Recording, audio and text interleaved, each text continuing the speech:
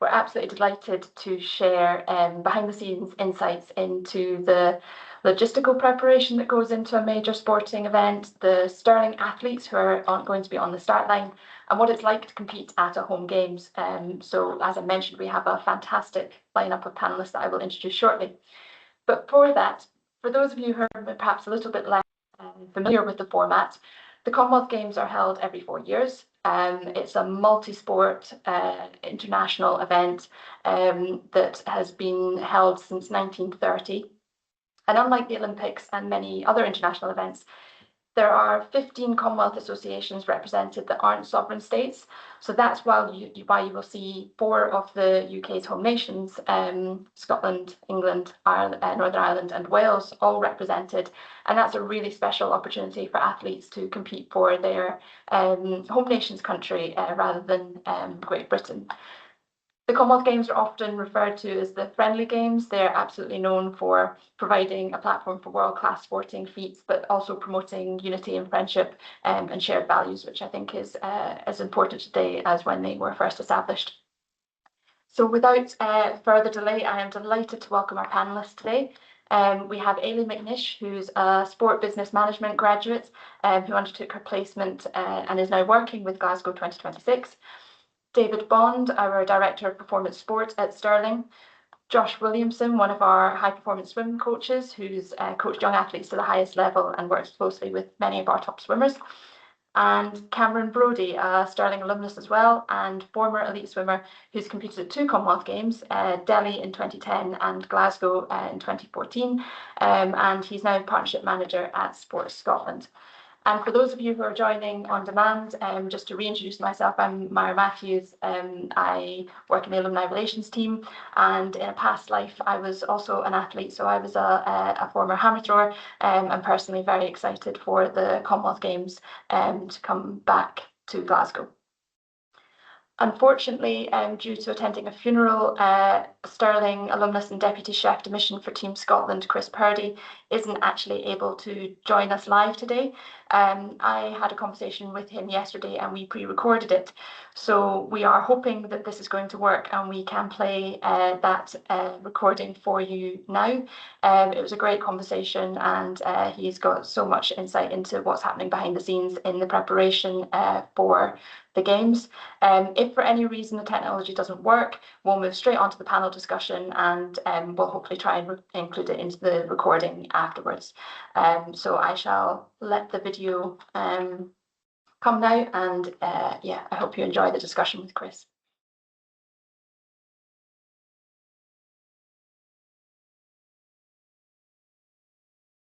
Chris, thank you so much for taking the time to record this today. I really appreciate your time. So some people might not be familiar with the term Deputy Chef de Mission. Could you explain a little bit about what your role is in supporting Team Scotland at the Games and kind of what that's been involving for you? Yeah, well, firstly, thanks very much for inviting me here, and apologies I'm not able to be with you in person. It's a great question and one that we get quite commonly, more probably for our chef de mission than our deputy chef, but ultimately chef de mission and deputy chef de mission, obviously being my position, is a French term which essentially just means head of delegation. So I'm the deputy head of delegation. So working with Eleanor, who is our chef, very closely in the preparations of our athletes and teams going into this summer's Commonwealth Games, which is an incredibly exciting period. It's going to be a great one for us as the home nations. We've got a great amount of staff behind us and working with us, all experienced and having a good road into what we're trying to achieve. So from our perspective, it really is two different strands. One is our preparation. So my role is preparing the athletes and sports as best as we possibly can, so that when we arrive into the Games environment, we're able to offer the athletes the platform to compete at the highest level that they can, and they're prepared in the best possible way. Amazing, thank you. So I imagine that then, yeah, covers a huge range of different sort of operational, logistical elements to that. Tell us a little bit more about the experience of preparing for this Games in particular. You've been involved in a number of major sporting events in the past, but this is a home games. How does that make it any different? And how does that change things? I think you're definitely right. Home games does make things slightly different. The fundamentals of it are ultimately we're going into the games preparing the athletes as best possible as we can. So that involves looking at a whole different element of things such as accommodation, transport, kit. I always joke about kit that it doesn't matter what position you are, everybody gets excited about kit. So it doesn't matter if you're a CEO of an organization or an athlete coming into it, putting on that Team Scotland brand and jersey really matters to a lot of people, to everyone, not a lot of people, to everybody. So we basically, in my role, focus on all those functional areas from accommodation, transport, team services, working with our fantastic medical team in terms of physio support, etc., and making sure that the athletes are as prepared as possible, as I mentioned before, to go into it. So there's all that preparation work behind the scenes. You and I obviously have had the luxury of speaking before, and I didn't think that laundry would be up as high on my list as it has been, but sourcing a laundry provider has been a challenge, but one that we've managed to achieve. So for a bit of novelty value, I'm definitely hanging my hat on the fact that we sorted laundry for everyone, which actually you wouldn't think would be one of the most attractive pieces to be chatting about in terms of what is on your top goals of wanting to achieve. But it's a fundamental part that we need to make sure that everybody has laundry and they can source that. So getting all those things in place is really important, and one that we would do in any games. So to come back to your question, what makes this different is it's a home games. There's a real buzz around Glasgow, and you can feel the sense of the public getting right behind it. And I think that anyone you speak to, definitely from my perspective, is it's one of the first topics on their mind. How are the games going? We're really excited about it. We're excited that it's 10, 15 minutes, an hour away from where I live, and we're really going to get the opportunity to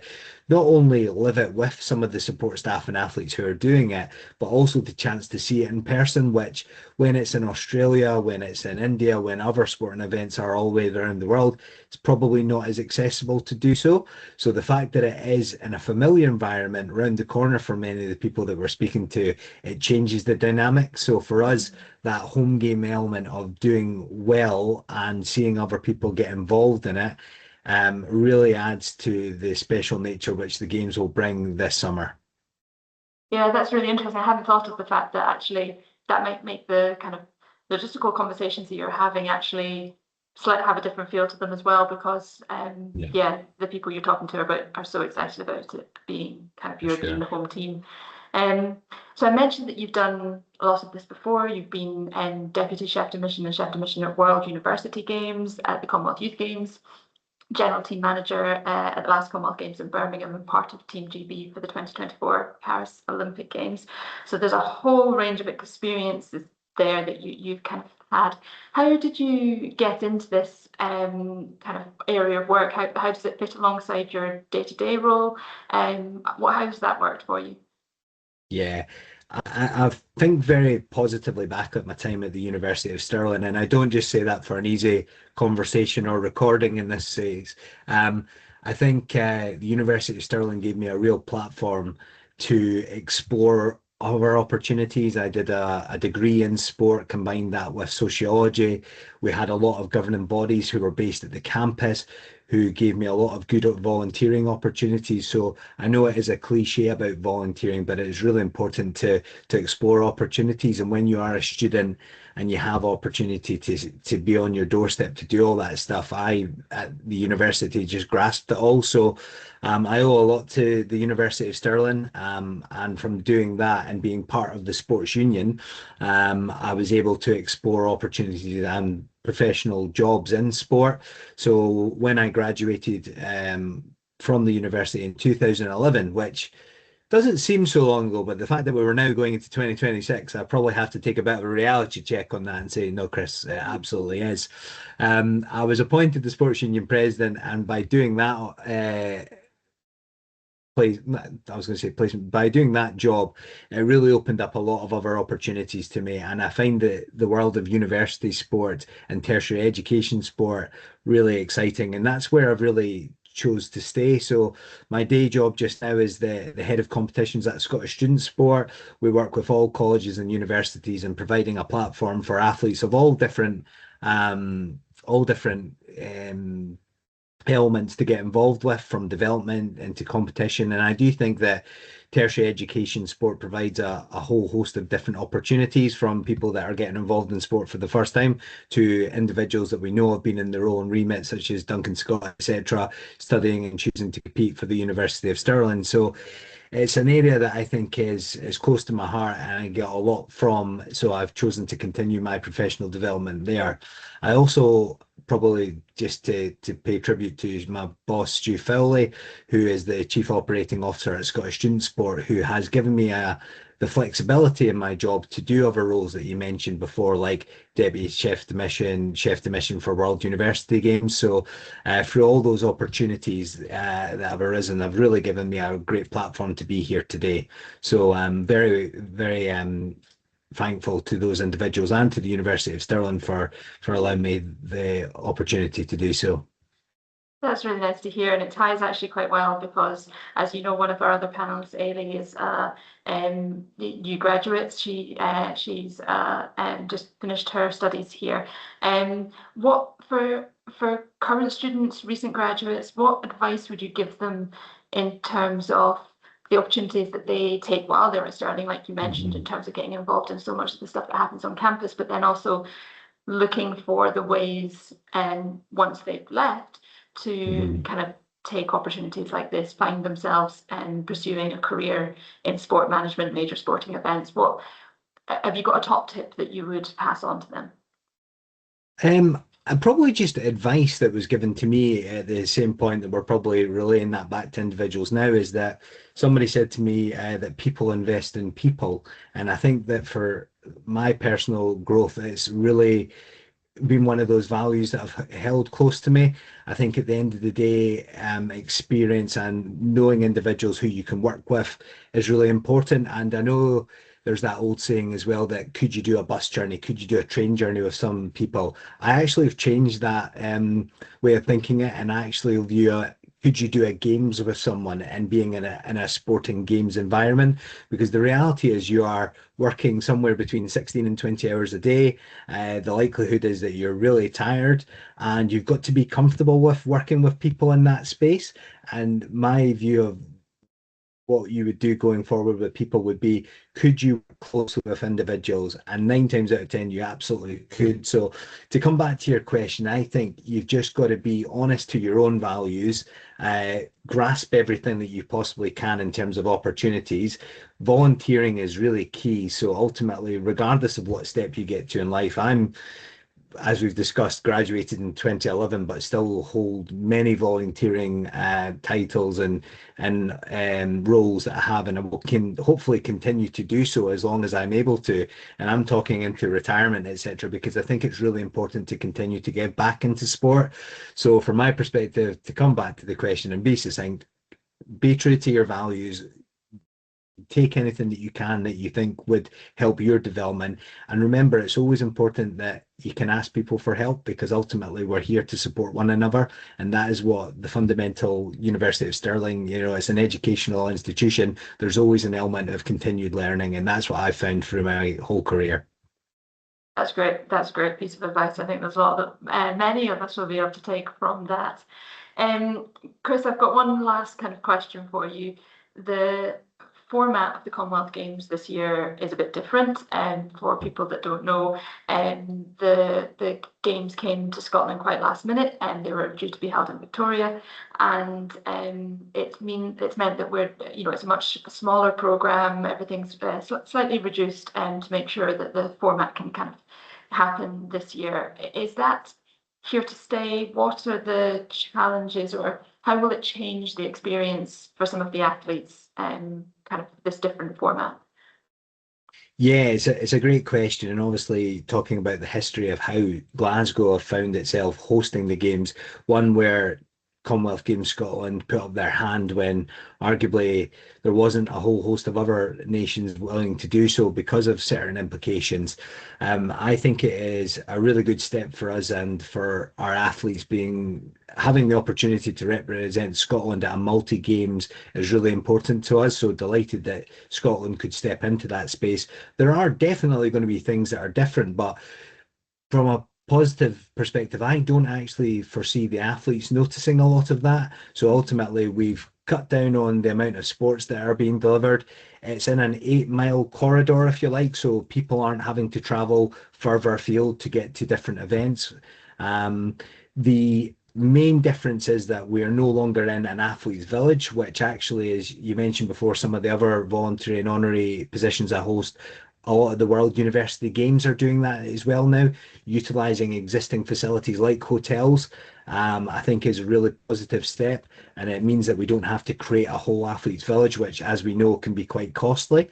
But I think the staff that we've got in place will provide an unbelievable service to that, so they'll still feel like when they come into a hotel, they're not just walking into a random hotel that it could be in any city. They will very much get a Team Scotland welcome. So whilst they won't be surrounded by all the sports, they'll be in different hubs. So 6 of our sports are in one hub and 4 or 5 are in the other one.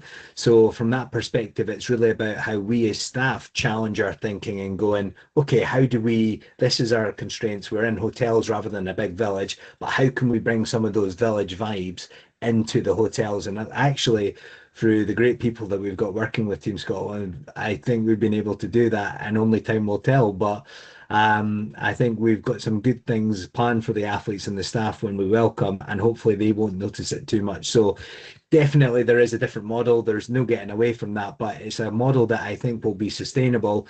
And we've already seen other countries like India and like Nigeria put into bids to host the 2030 Games. And there's already really positive discussions for the Games after that in 2034, which you could argue might not have happened should the model not change. So I think it's definitely a positive change, and ones that I don't think the athletes will see the difference too much. So it's got a positive outcome. Good. That's great to hear. I certainly, from a personal point of view, would like to see the games continue to go from strength to strength. So yeah, it's good to get your input on that. Chris, thank you so much. Really appreciate it again. There's so much we could talk about, but yeah, I appreciate your time, and good luck for the games when they come in just a few weeks' time. Well, thanks very much for having me. My pleasure. And if there's anything else I can do, then please give me a shout. Thanks.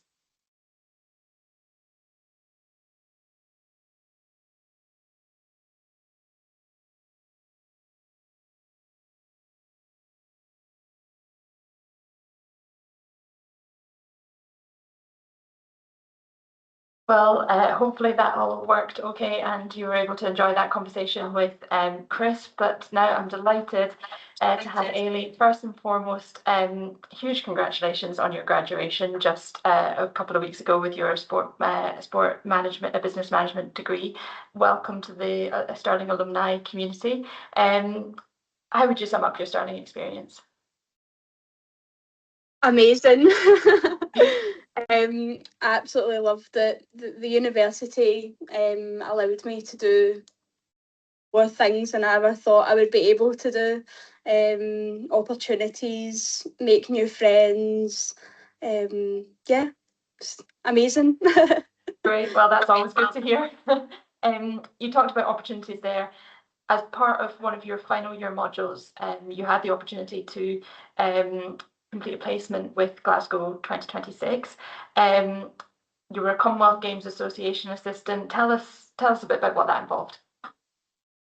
Yeah, so I helped out the Commonwealth Games Association Relations Department with admin, actually the Chef de Mission seminar as well. So that was bringing together all the Commonwealth countries and letting them know all the information that they'll need to know for the Games.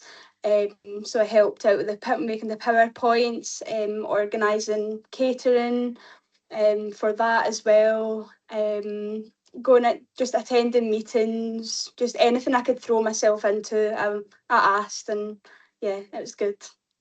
Brilliant. And was there anything, obviously, kind of in the lecture hall, and there's so much that you learn about theoretically, but was there anything as part of that placement that really surprised you, or kind of you hadn't come across as part of your course?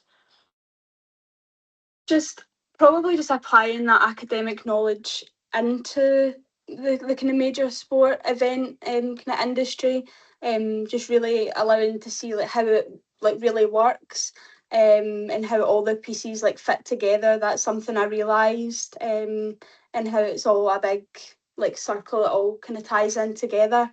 So yeah, that's probably the biggest thing I realised. Yeah, it's different seeing it in action, isn't it, compared to Yeah, just thinking it through exactly. theoretically.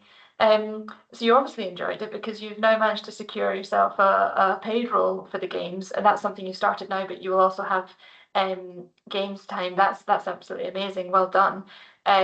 What is it that you're doing now, and how is that going to change as we transition actually into the games later this month? So just now I'm accommodation and game services coordinator. So I'm a part of two different departments. One side is accommodation, so accommodation for athletes, your CGAs, Commonwealth Games Association relations, team officials, etc. And then the other half is games kind of delivery, so sorting out what happens within those hotels and or those hubs, and that translates into my games time role, which is team services coordinator. So that gets more specific into athletes' lounges, the entertainment that we provide for them, also catering and their goodies as well, their welcome bags and things like that.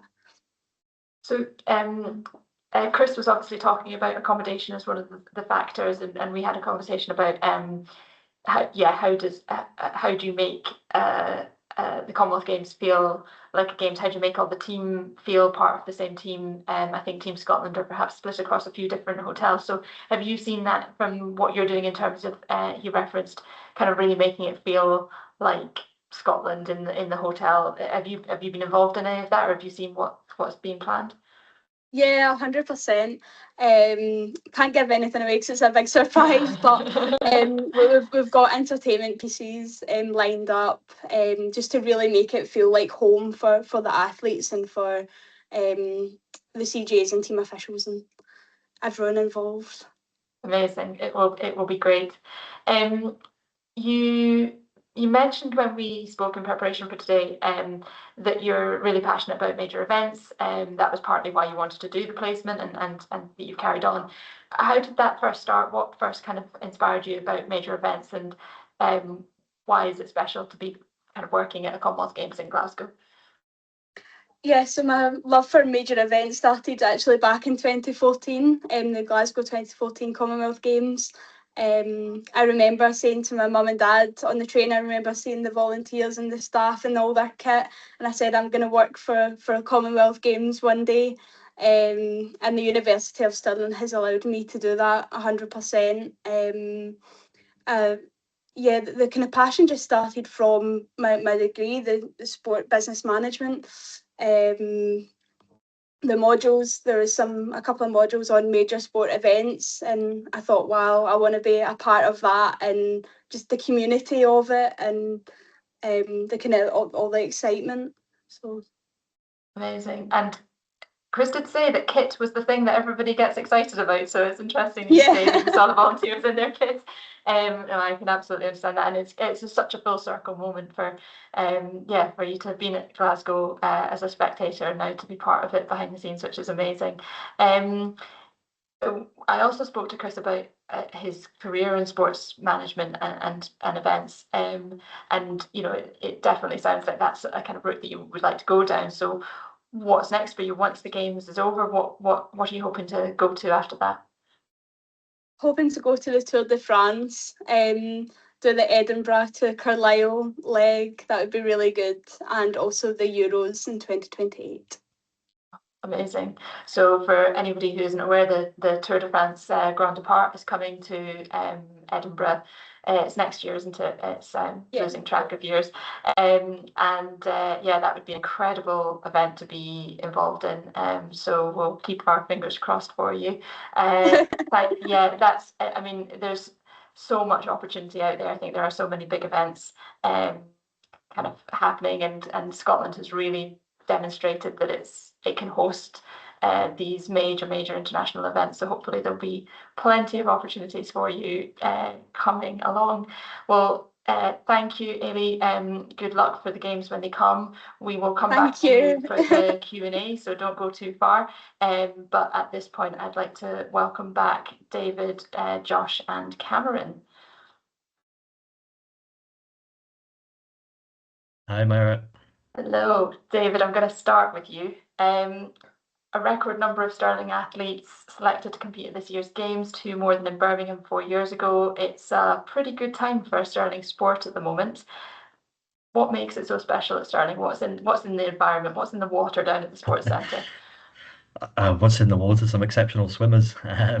No, we're going through exceptional times. Obviously, Scotland's University of Sport and Excellence, and sport is just a huge part of what we do. And we quite often say it's not something that we just do; it's actually who we are, and it's a big part of our identity. And I guess the Commonwealth Games is a great representation of that, and the fact that we are going into a games that is a smaller games, it is a reduced games in terms of its size.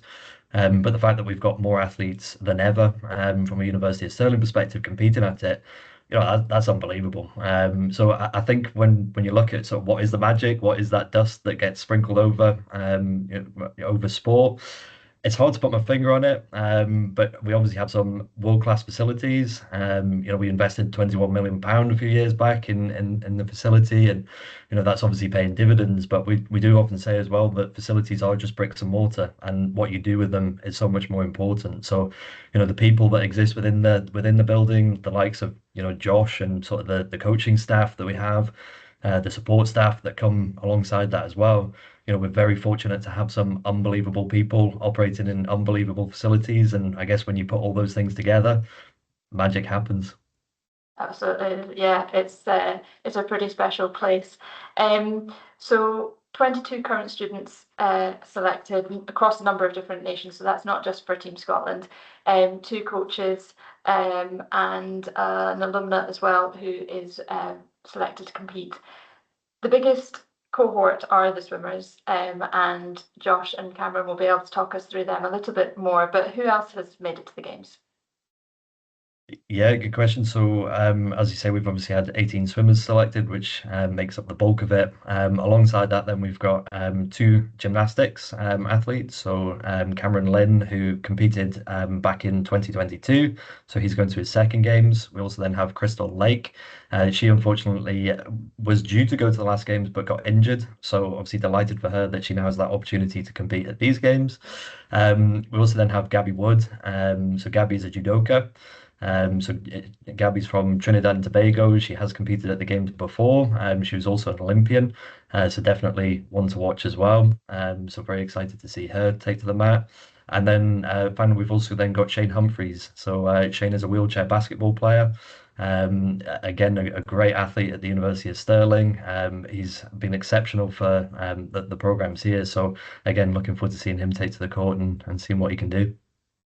Amazing. And then we've got Sarah Tate is our alum who is going in the athletics in the middle distance. So it's also nice to see a bit of a spread in sports that perhaps, I don't know how many people would necessarily think that we would have 2 gymnasts going. It's nice to see a real variety across the piece as well. Yeah, absolutely. And when you look at the Games, obviously there is only 10 sports that feature this time around. So the fact that we've got coverage across multiple sports, I think it really goes to show that we've got strength and depth within the university, not just within the swim program, which is, as I said, making up the bulk of the numbers. But we do have that exceptional, I guess, cohort right across. And we're very fortunate at Stirling. We have multiple high performance programs. We also then have an individual sports scholarship program that picks up anybody that isn't within sort of one of the main sort of priority or focus sports. And I think, again, we're seeing that pay dividends in recent years. And the fact that, we've got people like Shane Humphreys come in. We don't have, historically haven't had a huge wheelchair basketball program at the university, but he's able to come, avail of the support that's available to him, and then kick on and hopefully take that into well, I'll say a medal at the Commonwealth Games, but I don't want to put put a jinx on him at this stage. Well then, so Gabby's one to watch potentially. Then you're saying Shane to the others. On their day, do they have a chance, or will it be a case of obviously for Crystal, you're saying she qualified last time, but this is going to be her first experience. Is it a bit more about using this as a stepping stone to the next things? Yeah, I think again, if you're asking me who's going to win a medal, I don't want to put any any jinxes on people.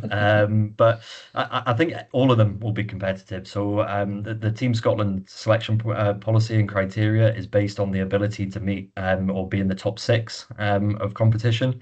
So everybody should be in and around that sort of that mark. And then yeah, I'd really hope to see a couple then can kick on and get onto the podium. Obviously, there's going to be some hot competition in the pool, and I'm sure Josh Cameron will sort of fill us in on that very shortly. But I'd be surprised if we didn't see at least one medal or two coming back to the program from the swimmers.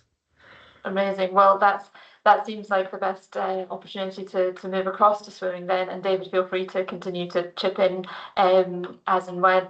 But 18 Stirling swimmers in the pool, competing for 5 different nations. What an incredible achievement for the high performance program. Josh, give us a flavour of who we should be looking out for. Yeah, thanks, Myra. Yeah, it's been a really successful year. We obviously had aspirations for more people to get on the team, in fact, but yeah, to have 18 on the team has been an amazing achievement for us. In terms of people to look out for, it would be hard not to start with Duncan Scott.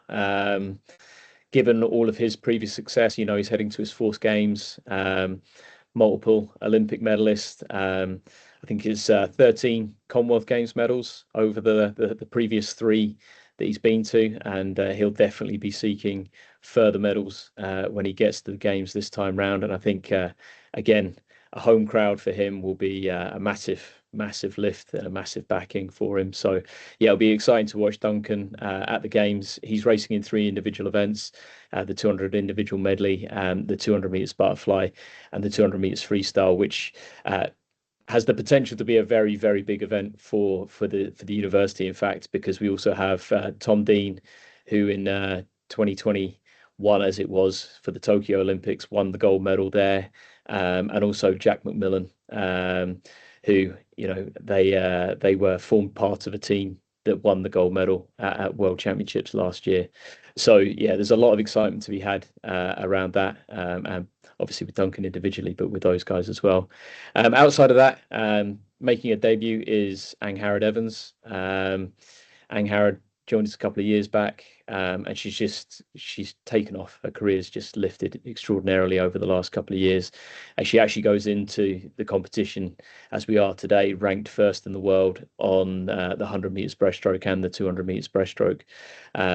So again, to kind of echo David, not to want to jinx anything, but she finds herself in a really, really strong position on both of those events. Also, the team that will race the 4x1 individual medley, or sorry, 4x1 medley relay, I should say, again, has the potential to have a number of her teammates from U of S on that squad. And again, they look like they've got a really good shot at certainly a medal and potentially even the gold. So that's really exciting for Angharad. And then I guess the other one, just to keep an eye on, and I guess just to give a flavour of some of the other stuff that's going on in the pool, Sound Downey, who I work with on a day-to-day basis, he'll be going to his 2nd games. He only gets to race 1 event because of the way that the Paralympic events are kind of set out at the Commonwealth Games. And much as it's an amazing experience for him, and I know through speaking to Sam on a daily basis, he's really excited about, again, a home crowd and having that opportunity to race in front of a home crowd. But within his Paralympic category, he actually has to race up a category in essence. So he's racing against, he has a physical disability and he's ranked as an S8. The physical disabilities rank from 1 to 10. So he's one of the more able of the physical disabilities, but he will actually have to race against S9. So again, for him, it is a question of kind of going and putting in his very best performance. It's highly unlikely that he will be in with a shout of a medal just because of the way that competition is formatted. But as I said, he's still really excited to be able to represent Scotland at the games. So yeah, it's exciting. It's exciting from that perspective. I suppose gives him an opportunity to have exposure to a games environment or a major event environment, because there's only so much that you can replicate outside of a championship, and so yeah, still valuable kind of exposure opportunity for him, I guess. Yeah, absolutely. I mean, for Sam particularly, he actually had one of his more targeted meets this weekend just gone in Holland, with the AGB squad there. So this will be his second kind of primary meet that's kind of split across those two, for him. But yeah, really good opportunity for him. You know, the wider target for him will be the Paralympic Games in 2028. So he's, you know, targeting that event, and he's still, much as he did make his international debut at the Commonwealth Games in 2022 in Birmingham, you know, for him to get this exposure and to continue on towards LA 28 is, yeah, it's invaluable for him to be able to experience that. Amazing. I'm going to go back to you mentioned the big matchup in the men's 200 meter free, where we've got Duncan representing Team Scotland, Tom representing Team England, and Jack representing Northern Ireland, and they're used to being kind of teammates in a relay, and obviously all here training at Stirling. That is just incredibly exciting to have all of them going up against one another. What can we expect from that? Again, I'm putting you on the spot. Who's the favourite? Who are we? You know, what are we hoping for all of them on the podium? What does this look like? Yeah, I think all of them on the podium would be absolutely incredible. But with the Australians in attendance, the Canadians, South Africans, you know, there's going to be other candidates that will be pushing to get on that medal rostrum. But it's not like out of the realms of possibility for that to be a 1, 2, 3. As to what the combination would look like, that's tough. You're putting me on the spot, and I'm not sure I'm going to answer that in case this gets viewed, and then I might get mercilessly bombarded from one or other of them, or all of them, for various different reasons. So listen, they're all world class, and they are truly world class on that event, and that's the exciting prospect. It's not that it will be won in, you know, a kind of second-hand time by any stretch of the imagination. They are at the pinnacle of that event, and they will be challenging, you know, a world level. So they'll be wanting to go in and put a really, really strong performance. All three of them will then go off to Europeans a week or so after the Commonwealth Games. I can't remember exactly whether all of them are going to be racing the 200 meters freestyle individually when they get there. But again, it'll be a hotly contested event. I think the exciting thing, to go alongside the fact that all three of them are in there and all three of them have a genuine shot at the medal rostrum, is the fact that it's on the final day. So they've all got various different individual events. They've all got various different relay events as well as they move through the 6 days of swimming. So by the time they get there, you'd like to think they'll have kind of built up a really good head of steam, be in some really good form. So again, they'll be fighting tooth and nail to get the hand on the wall first and have bragging rights, without a doubt. Yeah. Well, that definitely sounds like it's a session not to miss. So yeah, that's the final swimming session on the 29th of July. It starts at 7 p.m. and I think it's the third race. So yeah, if you're around that evening, it would definitely be worth switching on TV for that one. Cameron, I'm going to come to you now, because Josh has just been talking about the fact that for a number of these athletes, there's multiple different meets that they've got to be at. You know, they've just come back from one. They've got the games in a few weeks. Then there's Europeans after that. You know, it's quite a challenging thing to manage fatigue, peak for multiple different kind of events throughout the year. That's something that you had to do in 2014, straight after Glasgow. You were kind of almost a week later out at Europeans. How do you do that as a swimmer? How do you manage, or any athlete really, how do you manage kind of that fatigue, being ready to peak again, but also after the added pressure and emotional roller coaster of a home games, because it is different. It does take more out of you to kind of, for that environment. How did you find it? What will they be facing this time? Yeah, it's a really interesting thing, trying to kind of peak for two events that are quite close together. When I go back to 2014, when I was there, my selection was kind of made on the last day of competition. That's when the higher ups at GB Swimming, as it was at that point, said, right, you guys have done well, right? You're going to Berlin. You've got a week's training, and then we're going.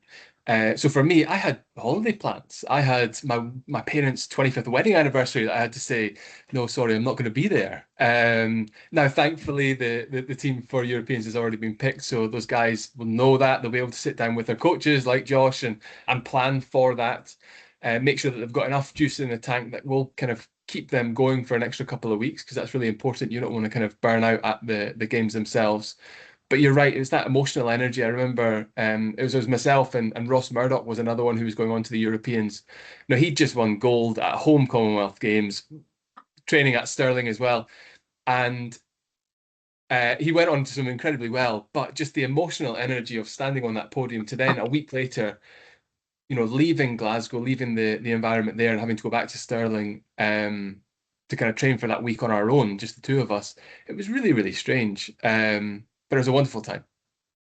Yeah, and you mentioned there Ross's gold, but you yourself have 2 silver medals from Commonwealth Games, so one from Glasgow and one from Delhi. Tell us a bit about that experience. What was that like to kind of, again, especially in front of a home crowd? Yeah, just incredibly lucky to have some world-class teammates. They're both relay performances. Where I was able to actually kind of sit back and watch the guys bring home the medals, which was just fantastic, really, once my leg was done. And I think that's really the thing within Team Scotland. We probably don't have the ability to be world class in every single event, but increasingly we kind of are becoming world class in a lot of different events. And I think when you look at the Stirling team, the men's 200 freestyle is obviously world class. You got Katie Shanahan there, who's absolutely world class, picking up 2 medals at the previous games. I used to do butterfly, so I'm really kind of fascinated to see how Lucy and Kiana get on in the women's butterfly events. There's just kind of that world-class performances all across the team, and that's awesome to see. And it's not just the big names. There will be people there who maybe aren't the big names at the moment, but will, after the week's racing in Glasgow, be the big names. And I think that's awesome. And I think that's the other thing. It's there's something about the kind of level being raised by the performances of your teammates, and I think that's really something about kind of a home games as well, that everybody's so desperate to kind of put on that really, really strong performance. I want to go back a little bit to preparation, because I think we've talked again about how do you prepare to know that you can peak at different times, but once you get into once you're at an event, from my own experience, knowing that you can't get into the competition venue when the competition's on, you have to be able to train somewhere else. How does that work in swimming? Josh, how have you prepared the athletes, coming into this, and what are they doing in these last few weeks? And Cameron, what once you're actually at the games, how does that work? So yeah, in terms of the preparation stuff, it's they're still pretty much doing their normal week-to-week training schedule. So they're still in the water sort of 8 to 10 times a week, based on what event they're doing, how they need to train from a daily basis. 2 to 3 times in the gym. They might have a little bit less in the gym at the minute.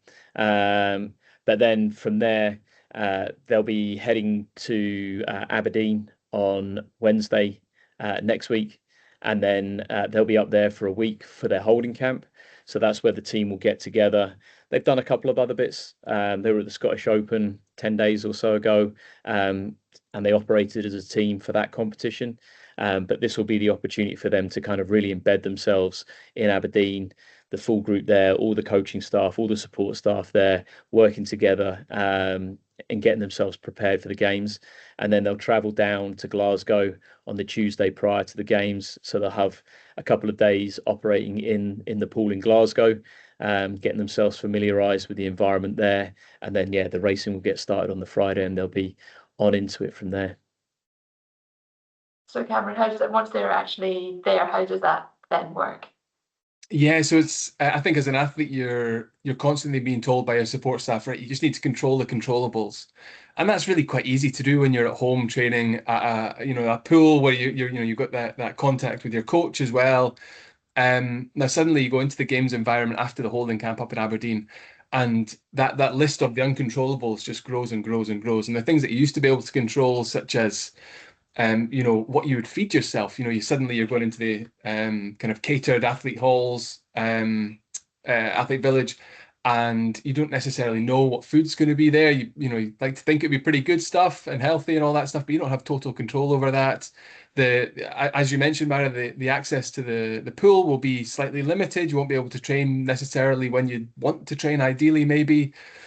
The contact with the coach, certainly, the great thing about the Stirling having so many swimmers qualify for the team is that there's going to be a lot of coaches about poolside, which is great, but they're going to be taken up by other athletes that are racing. So suddenly you're maybe not going to have the full attention of the coach that you might have if you're at home. So it really is about controlling the controllables. And I think that's the mantra that everyone kind of in the support team around the swimmers is just trying to hammer that home. Yeah, absolutely. And I think one of the things we talked about before is that, as an athlete, you try to perhaps do your training sessions in the last few days before your event, at the same time that your event is. It's slightly different for the swimmers. Many of our swimmers are doing multiple different events. For me, it was I know what time my qualification round is going to be, and that's the time you want to train. But actually, you were mentioning that there's a second pool in Glasgow, which I don't know whether many people would know. So that actually that does allow some ability to kind of try to replicate the event in kind of as far as possible, because it's really difficult. Everything is pretty new. So that's good insight into what they're going to be up against. I mentioned earlier, Cameron, that you'd competed in Delhi in 2010 and then obviously in Glasgow last time round. What's different about home games? What are they going to be experiencing, especially for those who've maybe competed at this level and above before, but not in front of a home crowd? How does that kind of different from all other experiences? Yeah, they're so lucky to be able to do this. There'll be lots of fantastic athletes who don't have that opportunity at a Commonwealth or Olympics to be able to compete at home. I think, one of the great things is that, your friends and family won't have to travel too far and will hopefully have a kind of better chance of getting tickets to watch you swim. And I think that's really important when you're there, kind of living out your dreams, and your support team of parents and friends and family and all that stuff. They've really helped you to kind of along that journey. So if you're able to sort them out with tickets and stuff, that's great. They'll also give you a lot of requests for tickets from maybe more distant friends and family who you're not able to accommodate. But my memory of Glasgow 2014 in particular, that's the only time in my swimming career that I was ever able to hear the crowd. When I came off the last wall, so I did 200 meters butterfly, so on the last length of that, I came off the wall and I was in medal contention. And when I kind of pushed off and took my first breath, I could hear this wall of sound coming at me that was absolutely incredible. And I never heard that before, and I never heard that afterwards, unfortunately. But when you've got, I don't know what the capacity is at Tollcross, honestly, it feels just like a coliseum of sound, and it's just awesome. So that's one of the things it's quite difficult to prepare the athletes for, because we're used to being a quite small niche sport, kind of parents and grandparents popping along, maybe at national championships there might be 100 people there, maybe a couple of hundred if you're lucky, to then suddenly have 1,000, tens of thousands maybe, of people there cheering you on. It's an incredible environment. It's so special, and hopefully all of our athletes will have the opportunity to really enjoy that. Thank you. That was really good insight, especially to our swimmers, to hear a little bit more about that side of the team. If we can bring Eilidh back, then we've got some time left for some questions. I've got a few coming through already. Are there any fun Commonwealth Games traditions that athletes kind of get involved in? This is maybe possibly one for Cameron, but others may also know of them. At the Olympics, everyone swaps pins. Does that happen at the Commonwealth Games? Are there other traditions that people get involved with? Yeah, the pins are very much still there, and you see the people who are just obsessed. Once the competition's finished, obsessed with going out and collecting all the pins, and the rarer the pins, the better. If you can get a pin from Tuvalu, or one of the islands in the Pacific, great. But probably my favorite tradition is on the last day of swimming, typically the last relay event, the guys and girls will go out wearing their kilts rather than just the kind of normal tracksuit bottoms. And I've got an amazing, one of my favorite pictures from my whole swimming career is of me walking out there in the last session, the last race, with some of my best friends. And I think the whole relay team in 2014 came from the University of Stirling, actually. And we all walked out wearing our kilts, and it was just an epic moment. And we unfortunately didn't medal. We were close, but just a lovely tradition that is kind of makes the whole swimming kind of really special. And yeah, goodness, if the guys kind of top that off with a medal, that would be even better this time round. Fantastic. Eilidh, obviously you went to see some different sports in 2014. Are you going to have time to see anything this time round? Are you going to be able to catch any of the sessions? What are you going to go and see if you do? Hopefully I'll be able to squeeze something in. I would like to see the track cycling. I think just the speed and the sound, it's just amazing. I'd love to see it. Oh well, yeah. Hope you get time to go. I'm assuming Josh and Cameron, you will be pretty much at the swimming if you're getting to be there in person. And yeah, David, have you got tickets to anything, or are you able to make it across? I do. I'm fortunate enough that I'm going to the track cycling on the Friday. So there's a little event that's going on in and around it. So yeah, we've got a bit of a reception followed by track cycling, which will be lovely. But we're also then hosting an event, so a bit of a watch party for the men's 200-meter free. So that's obviously going to be a big Stirling event. So yeah, it would be remiss of us not to get everybody together and put it on a big screen and get cheering together. Josh, Cameron, are you heading to anything else, or will it just be swimming?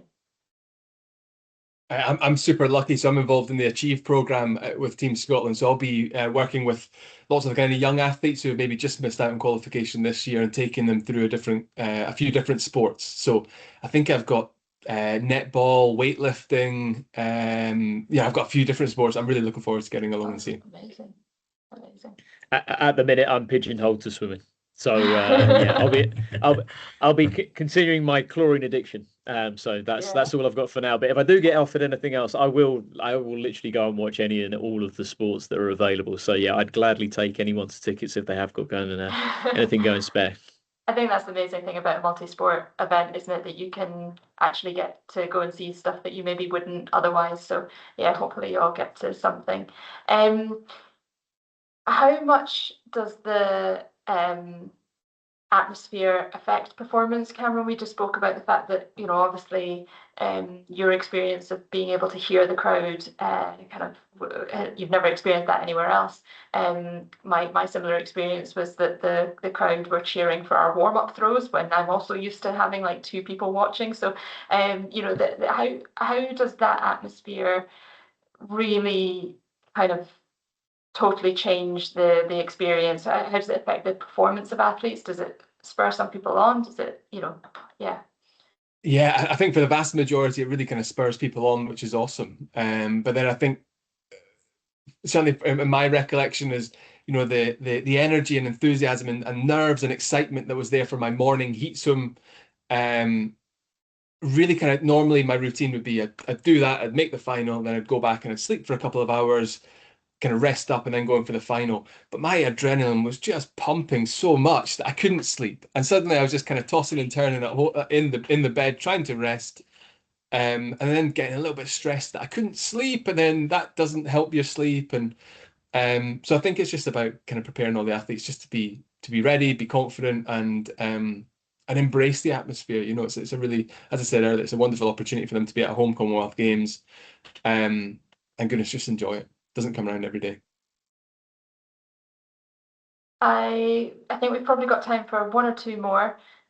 So David, how can Stirling ensure that there is another record group of athletes for the next games? It's the $1 million question, isn't it? No, I think obviously for us having a record this time and keep breaking records is quite rare. I don't think, it's easily done. So there's no doubt that we're under no illusions that it's a hard thing to do. So to keep doing it is going to be difficult. But I guess it's just following the same process as what we've been doing, and I guess that is investing in people. So making sure that we've got all the right people in the right places. So mainly around the coaching side of things and the support side of things. Recruitment is going to be pretty big for us. The athletes don't go on forever. Their careers, as Cameron will probably attest to, are probably too short. I'm sure they'd love to go on for a bit longer, but yeah, with what they do and what they put their bodies through. So we've got to make sure that we've always then got that conveyor belt of talent coming through the door as well. And then it's, Josh's job and the other coach's job to make sure that we're then developing that talent as well. So I think it's really just doing what we're doing, following the process, keep investing in, making sure that we don't rest on our laurels. We're very fortunate that we've got some exceptional partners that support us as well. So we work very closely with Scottish Swimming, we work very closely with Aquatics GB, and we get some brilliant support from those guys. So I guess keeping those relationships strong, making sure that they're fully invested in what we're doing as well. But yeah, it's really just doing what we're doing. But please don't hold it against us if maybe next time it's 21 rather than 22. I'm sure we would. And then there's a really interesting one here. Do you think the personality of an athlete is different in any significant way from a non-athlete? I don't know, Josh, whether you might have any views on that, but anyone feel free to jump in on that question. I'll happily start and then get my opinion completely changed by one other person talking, no doubt. In places, yes, without a doubt. We've obviously got quite a wide selection of athletes within the program.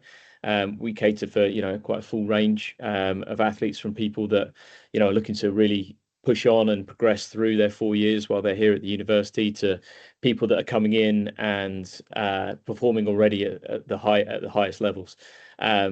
You can certainly see those guys that are at the top level. They're dialed in each and every day. Everything they do is very much focused towards the goal and the objective of being successful and succeeding at the highest level. And to do that, they've got to make a lot of commitments and a lot of compromises in other parts of their life that, maybe one of those athletes that's still a little bit behind that kind of performance level doesn't necessarily have that awareness of at that moment in time. And that's something that we're trying to help them develop and understand. But yeah, for me, not always, and they are all different. Even the ones that are already at that really high level, they all have different personalities, different quirks, things they like to do, things they don't like to do. So it can vary a bit, but I think the thing that they definitely have in common is that that commitment and that drive to succeed. Yeah. Anyone else want to offer anything additional? I think that's just very quickly. I think David and Josh, you guys will surround yourselves with that level of athlete all the time, so you probably think it's kind of almost normalizes it. I think it was really interesting when I stopped swimming and kind of met the wider general public, which sounds awful. Suddenly that level of commitment and drive and determination, I realized it maybe wasn't as common as I previously thought, just because I'd grown up in this bubble of exceptional sporting endeavor and massively inflated goals and targets and stuff like that. So yeah, I don't know, but then again, not every athlete's a kind of cookie cutter, so who knows. I think from my perspective on that as well, we often talk about sort of the dual career approach. So the fact that our athletes aren't just athletes, a lot of them are students at the same time as well. But I guess the skills that they develop through their sport, they can take that into their working world or their academic world. So whether it be sort of timekeeping, discipline, the competitive nature, etc., within the working world as well has benefits in places. So I think it's about being able to help develop the people beyond sport as well. So it's not just about their time as an athlete. And I think that that's what we do very well at the University of Stirling, is that we make sure that I guess it isn't just all about the sport, and that there's an exit route beyond it. And Cameron and Chris Purdie are two prime examples of that, of people that have gone into superb positions and unbelievable people, as well as having been unbelievable athletes. So it's a big thing for us. On the topic of timekeeping, I am going to have to wrap us up there. Thank you so much to all of you for joining us on the panel, and obviously to Chris as well for taking the time yesterday. It's been it's been amazing to hear all of your insights and everything that we should be looking forward to in only a few days' time. Thank you to everybody for joining and watching. I hope you found this interesting. We will be sharing the recording in due course. We'll also share some links to more information about the Stirling athletes that have been selected, so you can cheer them on when the games get underway on the 23rd of July. We have a landing page that will have lots of more information, so we'll make sure that you know where to find that. We'll end the recording now, but have a lovely rest of your day, and we hope to see you at another event soon. Thank you very much.